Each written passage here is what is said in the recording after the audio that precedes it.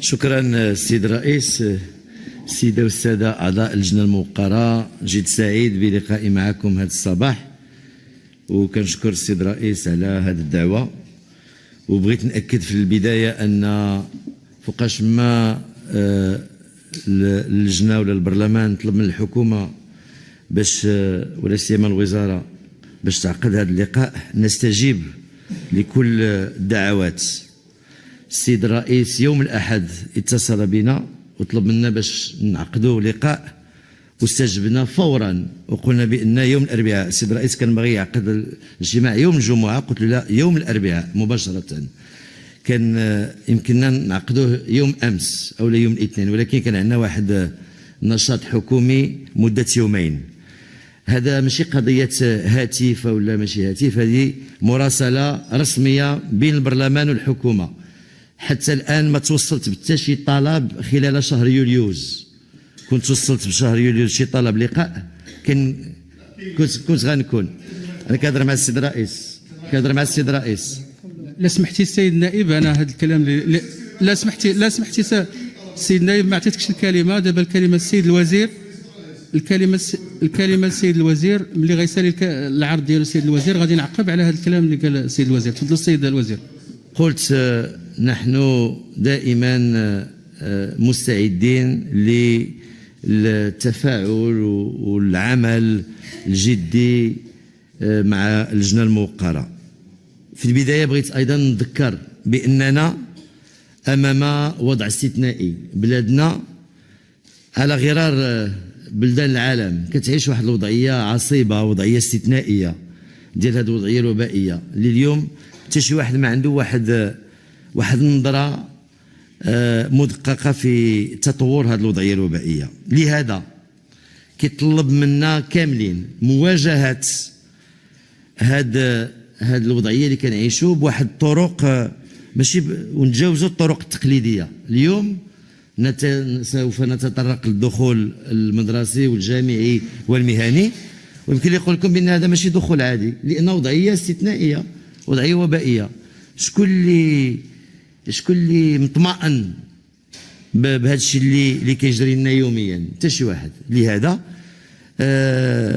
خصنا المقاربة اللي غنهجوها هي مقاربة مختلفة خارجة عن المألوف في تدبير الشأن العمومي. اليوم كنضطروا باش ناخذوا بعين الاعتبار واحد العدد ديال الفرضيات، واحد العدد ديال السيناريوهات، وكناخذوا الأنجع الحكيم.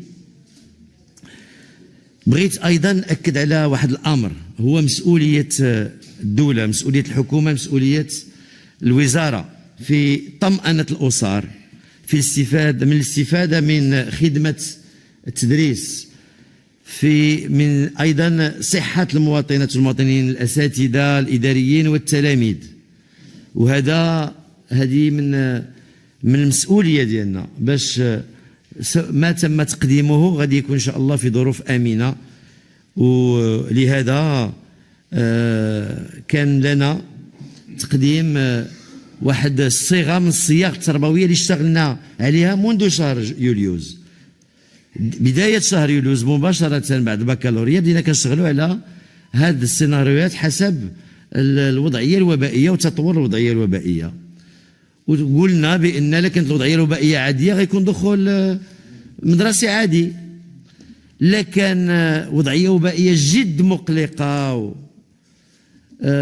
وغادي يكون إما حجر صحي إما تطويق بعض المدن، غيكون التعليم عن بعد، لأن السلطات الصحية والعمومية ما غاديش تسمح لنا باش نفتحوا المؤسسات العمومية. ودرنا واحد الحل وسط، هو التناوب بين هذه الصيغة وهذه الصيغة، ونديروا التناوب. شنو هو الجديد؟ هو المزج بين النمط الثاني والنمط الثالث، أي هذا التعليم الحضوري في المدرسة والتعليم عن بعد.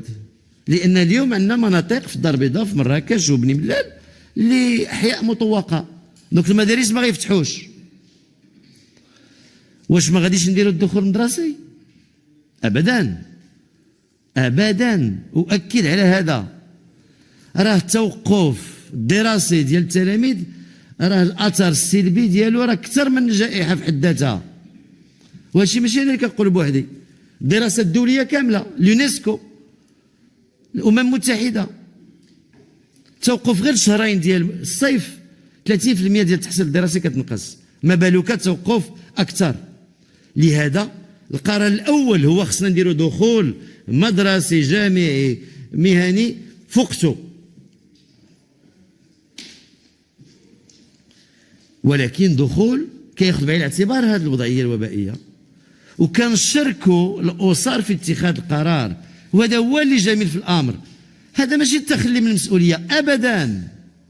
اليوم خصنا نواجهوا هذا الوباء واحد الحس وطني، مسؤوليه جماعيه، وهذه المسؤوليه الجماعيه تقتضي كل واحد من الموقع ديالو باش يعبر على الراي ديالو. المسؤوليه الجماعيه شنو هي بالنسبه لنا الاسر؟ اولا واحد الفعل تربوي، فاش كنقول للاسره الله يخليك خذ معايا القرار فاش غتصيفط وليداتك للمدرسه، بغيت تحسس ذاك التلميذ وتقول الله يخليك راك غتمشي وغتخلط الدراري صحابك، بعد منهم ما تسلمش عليهم، هذا شيء جميل. بغيت ايضا التاطير التربوي، خصنا اليوم ننجحوا هذا الدخول المدرسي، خصنا ننجحوا التحصيل الدراسي. دونك خاص المواكبه الاسريه اساسيه. شنو هو العيب في هذا الاختيار؟ علاش انا اب بغيت لوليداتي التعليم عن بعد، علاش غنفرضوا على جميع المغاربه؟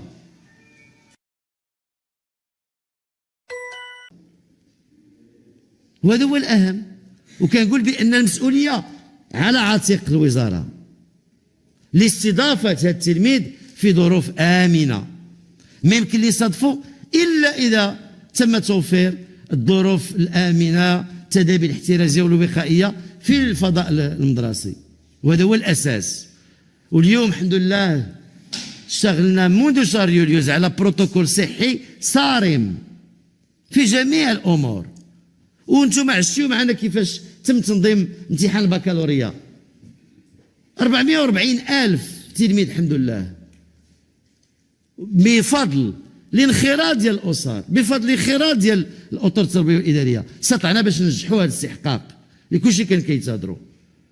وبنفس الطلب كنطلبوا اليوم الاساتذه والاطر الاداريه والاسر باش يساعدونا ننجحوا الدخول المدرسي.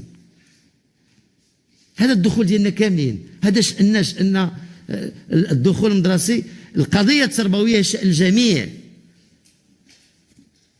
ولكن الوزاره كان خصها لابد تقترح شي حاجه، اقتراح حكيم، اقتراح ياخذ بعين الاعتبار جميع اكراهات اسره اللي الاب والام كيشتغلوا، في غيخليو وليداتهم غيصيفطوهم للمدرسه، غيديروا هذا الاختيار. لنا المسؤوليه لاستضافه هذه التلاميذ في ظروف امنه. اسره ما عندهاش امكانيات باش تولج الانترنت والحواسيب، خصنا داروا الاختيار باش يصيفطوا وليداتهم المدرسه، ايضا نتحملوا هذه المسؤوليه.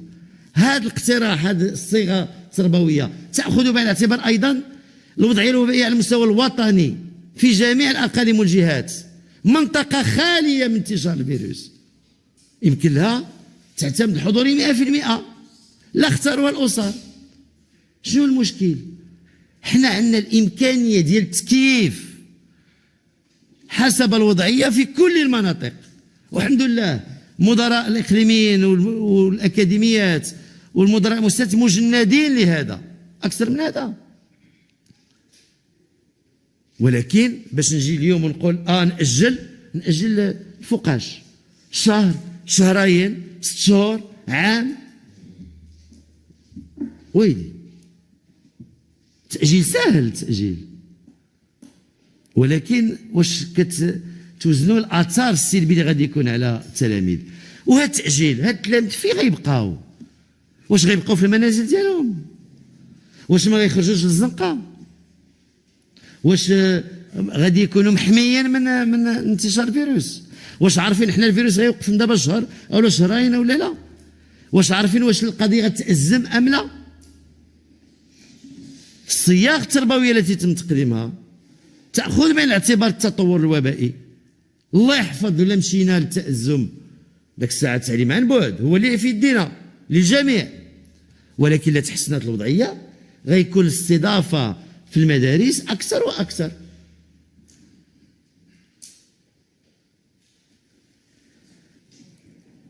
لهذا اليوم هذه مناسبة عبركم السيدات والسادة ممثلي الأمة باش كنطالبوا الأسر وهيئة التدريس بالحرص على استمرار التضامن، التضحية اللي عبروا عليها السنة الماضية واللي الحمد لله بفضلها استطعنا باش ننجحوا السنة المنصرمة ونخرجوا من ذاك السنة البيضاء والأمر كامل باش أيضا ننجحوا هذا الدخول المدرسي. هذا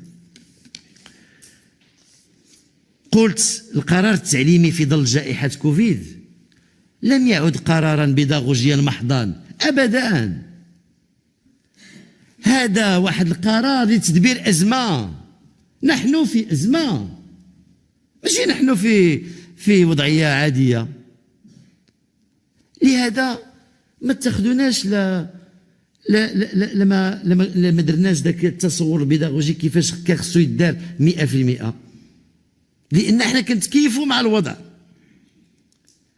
هذا القرار اللي ما بقاش بيداغوجي محض ولا قرار مرتبط بتحقيق واحد المقصد ديال النظام العام. هذا النظام العام باش يمكننا نوفروه بالتنسيق مع السلطات الصحية، النظام الصحي العام، السلطات الأمنية، النظام الأمني العام أيضا. احنا غادي نجيو من بعد في التفصيل. اليوم اتخذ القرار بأن ماشي احنا خدينا القرار بوحدنا بأن الأحياء الجامعية ما يمكن لهمش يتفتحوا. تصوروا لا تفتحوا عندنا 4 5 في الغرفة، كيفاش يمكننا حنا نصادفوا الطلبة في هذه الظروف؟ أبدا. واخا حنا كاع نبغيو نحلوهم، وزارة الصحة وزارة الداخلية قال ما يمكنش أبدا. واخا نتيستيو هاد الطلبة كاملين قبل ما ندخلوهم، ومن بعد واش غنبقاو دايرين لهم الحجر في الحي الجامعي؟ أبدا. راه غيمشيو يتخاطبوا مع طلبة آخرين. ودونك كاين واحد النظام عام امني صحي اللي حنايا مفروض علينا وما يمكنناش ندبروا الوضعيه بدون الاخذ بعين الاعتبار هذا. لهذا كل قرار له ارتباط وثيق بامن وسلامه البلاد ديالنا. راه كنتكلموا على عشرات الملايين. هاد العشرات الملايين راه كتله كبيره اللي يمكن لها بؤار وبؤار. لهذا خص تدبير رصين ومتوازن.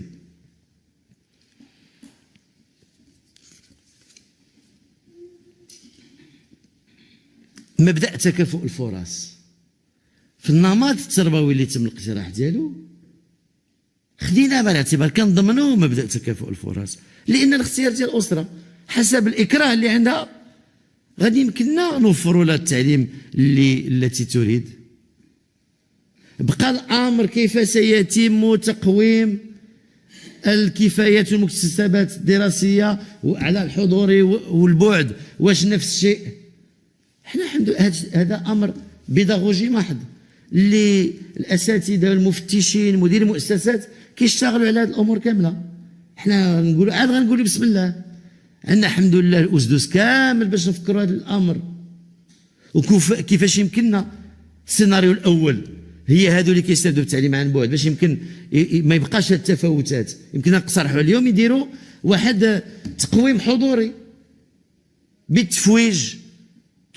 كاين حلول كثيره، مليون ماشي عائق في حد ذاته ابدا. تكافؤ الفرص لعدم الولوج للامكانيات التكنولوجيه الى اخره. ايضا اليوم حنا مستعدين نصادفوا هذه الفئه ديال التلاميذ لا اختاروا الاباء ديالهم باش يصيفطوهم من المدارس. لهذا هذا حنا مفتوحين على كيفاش يمكننا نطوروا ونجودوا الامر، ولكن بالنسبه لنا الوزاره خدات هذا القرار، قرار مسؤول، قرار حكيم، قرار يأخذ بعين الاعتبار جميع الإكراهات. الشيء الجديد هو إشراك الأسر في اتخاذ القرار، في تحمل المسؤولية. هذه كنقول تحمل مسؤولية جماعية، مسؤولية جماعية مهمة. هذه ديما كنا كنطالبوا، والحمد لله اليوم جمعية أولياء أباء أمهات التعليم كيقوم واحد العمل جد جبار على المستوى ديال المدارس. هذاك الانخراط في ذاك الحياة المدرسية يوميا في مجلس التدبير بالاقتراحات بالأمور كاملة، هذا أيضا مسؤولية أخرى. العملية التحسيسية، صاحب جلالة نصره الله في الخطاب الملكي ديال 20 غشت طلب من جميع المواطنين، من الهيئات السياسية والنقابية الكل، باش كل واحد في الموقع ديالو باش يدير واحد العملية تحسيسية على خطورة الوضعية اللي كنعيشوها. كل واحد يتحلى بالمسؤولية ديالو.